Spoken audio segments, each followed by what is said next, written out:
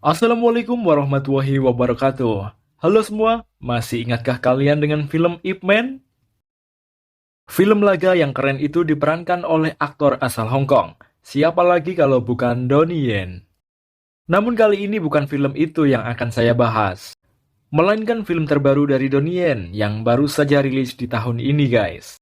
Tentu masih bergenre action. Film terbarunya mengisahkan seorang polisi yang disegani harus melawan penjahat bengis dan merupakan mantan anak didiknya sendiri yang menaruh dendam padanya. Mampukah dia mengatasi penjahat tersebut? Langsung saja kita simak ringkasan cerita dari film Raging Fire. Film diawali dengan ditunjukkannya seorang pria yang bernama Zhang terbangun dari tidurnya di pagi hari. Dia merupakan anggota kepolisian yang disegani oleh anak didiknya, guys. Dia memiliki seorang istri yang juga tengah hamil. Zhang bersiap pergi bekerja. Sesampai di tempat kerjanya, datanglah Inspektur Yao dan memberikan baju bekas bayinya kepada Zhang untuk calon buah hatinya. Mereka berbincang-bincang kecil, lalu pergi ke tempat rapat. Di sana mereka membahas upaya penangkapan seorang penjahat bengis yang bernama Wang Kun yang sudah berencana akan bertransaksi besar dengan geng Vietnam Chiang Mai. Rapat pun dibubarkan. Lalu Zhang yang biasa dipanggil Bang mendapat telepon dari temannya yang katanya memerlukan bantuan. Zhang menyanggupinya dan menemui temannya yang bernama Bao. Sesampainya di tempat Bao, dia diajak ke sebuah ruangan bertemu dengan beberapa inspektur. Di sana dia diperkenalkan sebagai polisi yang hebat karena sudah berhasil menangani banyak kasus. Ternyata tujuan mereka ingin bertemu dengan Zhang adalah untuk meminta Zhang mencabut laporan atas anak Tuan Chen yang tak sengaja memukuli salah satu anggota polisi mereka saat sedang mabuk. Namun Zhang tipe polisi yang berpendirian teguh. Meskipun sudah dibujuk oleh Bao dan akan dinaikkan jabatannya, dia tetap tak mau mencabut laporannya. Dan dia langsung pergi begitu saja. Selanjutnya 5 orang penjahat yang dipimpin oleh Ao sedang menyantap mie dan membahas sesuatu. Kemudian diperlihatkan beberapa anggota polisi yang sedang mengantri seragam anti peluru. Salah satunya Zhang. Setelah salah satu dari mereka menanyakan pada petugas, ternyata nama-nama mereka tidak tercatat sebagai penerima seragam. Sedangkan yang lain sudah berseragam dan siap melakukan tugasnya. Lalu Zhang menelepon Yao. Zhang menganggap dia telah mempermainkannya. Namun Yao berkata bahwa bukan dia yang mempermainkannya, melainkan atasannya sendiri. Sehingga Zhang tidak dapat ikut melakukan penangkapan Wang Kun. Proses penangkapan Wang Kun mulai berjalan yang dipimpin oleh Inspektur Yao, di mana di sebuah gedung terlihat 20 orang anak buah Wang Kun, dan diduga target sedang melakukan transaksi di lantai 3 gedung tersebut. Inspektur Yao mengkomando regunya untuk mengepung tempat itu. Lalu terlihat 3 orang Vietnam memasuki gedung. Namun belum sempat bertransaksi, 3 orang Vietnam tersebut tewas duluan di tangan penjahat lain yang bertopeng. Penjahat-penjahat itu merampas uangnya. Selanjutnya penjahat itu mematikan CCTV pemantauan para polisi. Kemudian, mereka menemui Wang Kun. Mereka menunjukkan video bahwa tempatnya sedang dikepung oleh polisi. Tanpa basa-basi, penjahat-penjahat itu menghabisi Wang Kun bersama anak buahnya. Sedangkan para polisi juga ikut adu tembak dengan anak buah Wang Kun. Adegan tembak-menembak yang seru pun terjadi. Penjahat bertopeng itu meledakkan sebuah bom tepat di samping para anggota polisi, lalu mereka pergi. Sementara itu, Inspektur Yao yang masih tersisa berusaha melawan penjahat-penjahat bertopeng tersebut. Karena kekuatan yang tak sebanding, Inspektur Yao pun kalah. Lalu, penjahat-penjahat itu membuka topengnya, dan ternyata mereka adalah Ao dan anak buahnya, yang merupakan mantan anggota polisi bekas anak didik Inspektur Zhang. Lalu mereka melempar Inspektur Yao dari ketinggian. Zhang dan kelima rekannya memaksa datang ke gedung itu, namun terlambat. Dia mendapati para anggotanya tewas, termasuk Inspektur Yao. Lalu Ao menemui rekannya yang bernama Meng Gui dan menukarkan barang rampasannya untuk ditukar dengan barang lain. Ao membagi-bagikan uang pada anak buahnya dan memberikan wejangan bahwa kelak mereka diminta hidup yang biasa-biasa saja dan kerja yang wajar-wajar saja. Esok harinya pemakaman Inspektur Yao pun dilakukan, dan Zhang mengenang kebaikan-kebaikannya. Selanjutnya, Zhang dan rekannya melakukan operasi di sebuah klub malam. Mereka mencari tahu tentang Wang Kun dan menyita barang-barang haram dan beberapa senjata tajam. Sementara itu, Ao berlatih bela diri di markasnya. Dia tak sengaja teringat masa lalunya saat masih menjadi polisi dan bersenda gurau bersama rekannya, termasuk Zhang. Dalam ingatan itu, dia juga sedang melakukan rapat untuk menyelamatkan pengusaha kaya yang bernama Hua Zhaotang yang diculik di vilanya sendiri, di mana pelakunya adalah Wang Kun dan rekannya yang bernama Kola. Kemudian Ao dan Zhang memantau penculik Tuan Huo sambil mengobrol. Lalu mereka melihat incaran mereka. Ao mengikuti salah satu dari penculik itu. Lalu dia menyuruh anak buahnya untuk menangkap penculik itu dan membawanya ke sebuah tempat. Mereka menghajar penjahat itu habis-habisan dan menanyakan keberadaan Huo Zhaotang di Sandra. Penculik itu mengelak. Lalu, Ao mendapat telepon dari atasannya agar segera menemukan Huo Zhaotang. Atasan Ao memaksa agar membunuh penculik itu jika tak mau mengaku. Dan dia juga berjanji akan melindunginya jika terjadi apa-apa. Akhirnya, penculik itu mengaku dan menunjukkan tempat Huo di Sandra yang berada di Jalan Yunli nomor 143. Lalu Ao menelepon rekannya dan memberitahu keberadaan Huo. Dan benar saja, Huo Zhaotang berada di sebuah kotak dengan tangan terikat dan mata tertutup. Penculik itu melawan dan menggigit anak buah Ao. Ao pun memukul kepala penculik itu hingga tewas. Scene selanjutnya, Zhang kembali melakukan operasi di sebuah klub malam. Di sana dia menemukan barang haram dari Wang Kun dan menginterogasi seorang pria. Saat pria itu ditanya siapa yang menyuruh, pria itu mengaku yang menyuruh adalah Meng Kui. Kemudian, Zhang dan rekannya membahas tentang Meng Kui. Dia adalah seorang narapidana yang bebas setengah tahun lalu dan bersembunyi di Changguoling, di mana tempat itu sangat berbahaya. Namun hari itu mereka tak mendapat surat perintah dari atasan untuk menangkap Meng Kui. Selanjutnya, Ao berkata pada anak buahnya bahwa barang Meng Kui tersebar dan sudah diterima Zhang. Mereka pun merubah rencananya. Kemudian Zhang berhenti di depan sebuah markas Meng Kui. Di sana dia melihat seseorang yang sedang bertransaksi sesuatu. Lalu terjadi tawuran di tempat itu, dan seorang pria membubarkannya. Zhang nekat ke tempat itu dan naik di atas genteng. Dia menyeret seorang pria anak buah Meng Kui dan membawanya ke tempat Meng Kui berada. Dia bertemu dengan Meng Kui dan minta penjelasan kenapa barang Wang Kun ada padanya. Meng Kui mengolah alihkan kata, lalu dia berusaha menembak Zhang. Namun Zhang dapat menyelamatkan diri. Saat Zhang melawan Meng Kui, tiba-tiba rekan Zhang datang membantunya. Tembak-menembak pun terjadi. Zhang berhasil mengalahkan anak buah Meng Kui. Selain itu, dia juga berhasil menghajar Meng Kui yang berusaha kabur. Sampai-sampai mereka terjebur ke dalam gorong-gorong dan berkelahi di sana. Meng Kui dapat lolos dari Zhang. Namun, Zhang tak mau kehilangan Meng Kui. Dia terus mengejarnya. Namun sayang, Meng Kui tewas tertabrak mobil di perempatan jalan raya.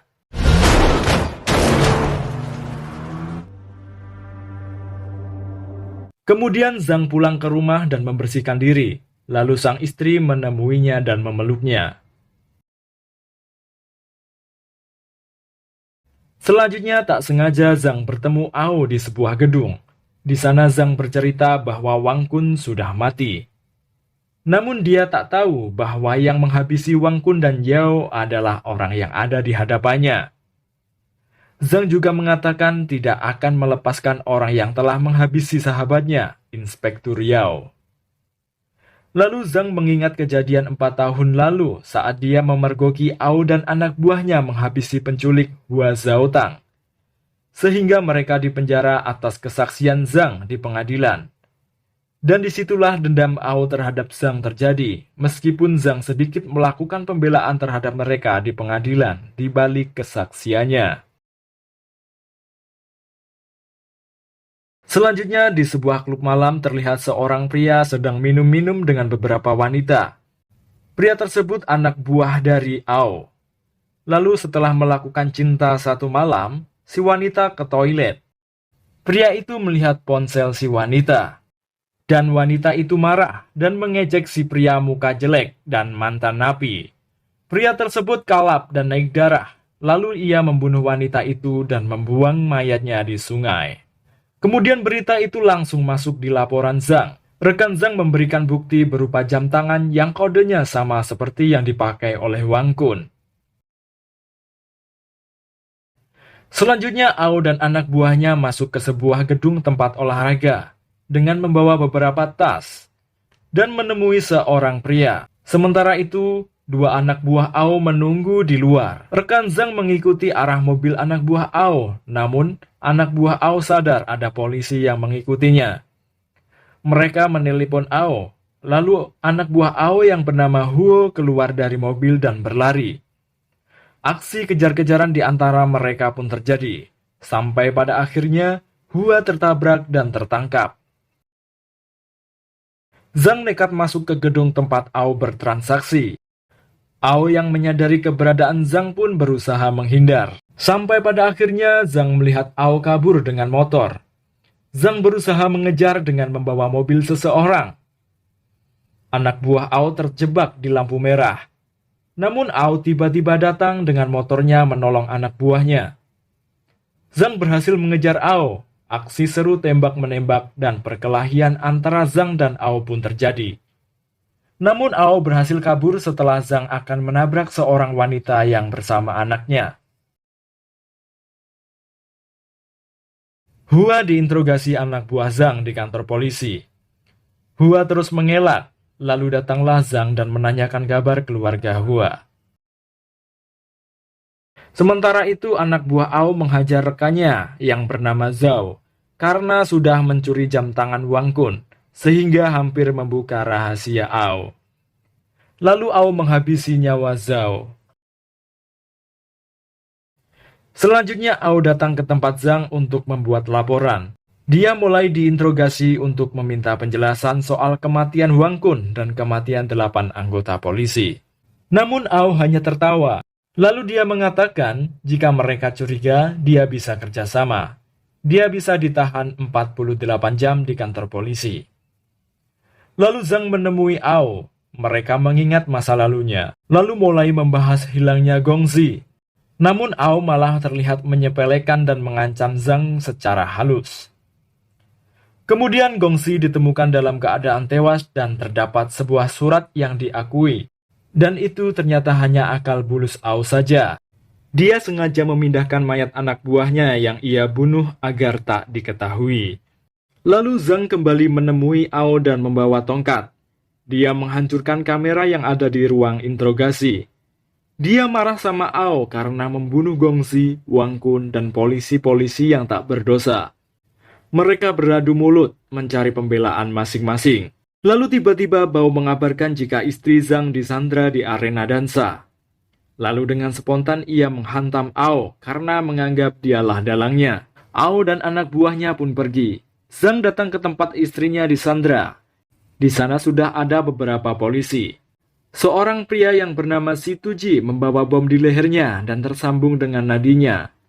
Masalah besar pun terjadi karena istri Zhang diborgol dengan tangan penyandra itu.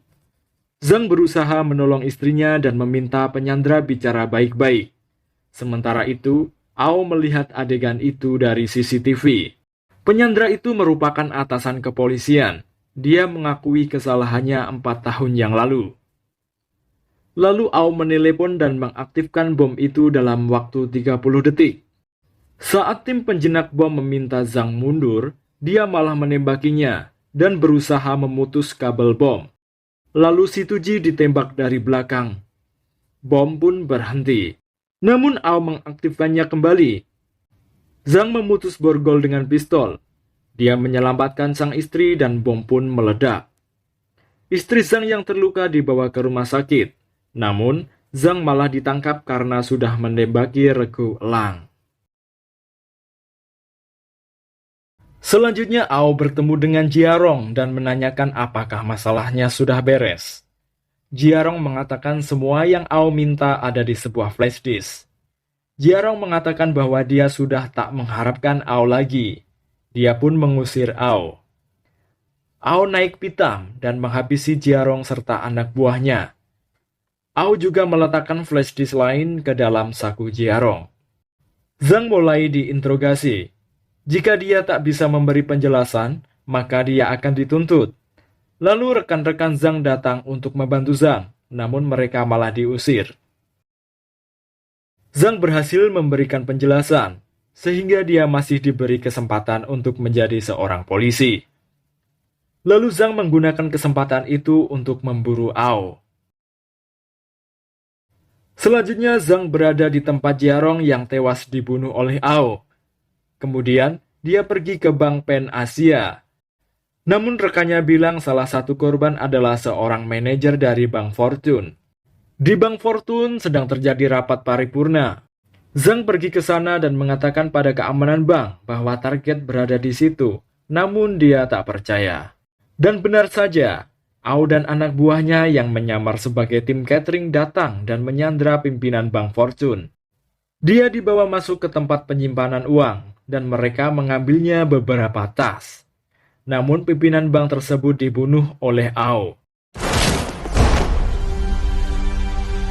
Lalu Ao pun kabur, namun dia berpas-pasan dengan Zhang di depan bank. Zhang pun langsung berbalik arah dan mengejar Ao. Pengejaran terus dilakukan. Ao dan anak buahnya menyiapkan senjata. Sampai akhirnya mereka tak dapat lari dengan mobilnya, sehingga harus turun dan menghadapi Zhang. Adegan tembak-menembak pun terjadi. Mereka tak mempedulikan banyak orang-orang yang menjadi korban. Anak buah Ao tertembak satu persatu, begitu juga dengan anak buah Zhang. Ao melemparkan bom ke arah Zhang, sehingga dia terpental. Namun dia masih selamat. Ao dan anak buahnya yang tinggal satu orang dengan luka tembak di tubuhnya terus berusaha kabur. Namun anak buah Ao memilih bunuh diri dan menyuruh Ao kabur. Sehingga tersisalah Ao seorang. Zhang mengejar Ao dan masuk ke sebuah gedung. Pertarungan sengit di antara mereka pun terjadi. Zhang terus melawan Ao, begitu juga dengan Ao. Dengan dendam yang membara, dia terus berusaha menghabisi Zhang. Zhang sempat terkena tusukan dari Ao dan hampir kalah. Namun dia orang yang sangat kuat dan terus menghajar Ao. Sampai pada akhirnya dia dihantamkan Ao ke patung dan merobohkan patung tersebut. Zhang mengira Ao telah tewas tertimpa patung. Ternyata Ao kembali menyerangnya sehingga tangannya tertusuk pisau. Namun Zhang berhasil melawan Ao dengan sisa tenaganya sampai Ao tak berdaya. Melihat Ao yang terluka parah, Zhang menangis mengingat saat-saat dia masih menjadi anggota polisi dan bercanda bersama. Dan di scene terakhir, sekelompok polisi datang mengarahkan pistolnya pada Ao. Namun Ao naik ke atas piano dan membanting tubuhnya sendiri. Ao pun tewas tertancap besi. Lalu, film pun selesai. Terima kasih kawan karena kalian sudah sudi menonton video dari saya. Semoga terhibur ya. Saya akhiri, wassalamualaikum warahmatullahi wabarakatuh.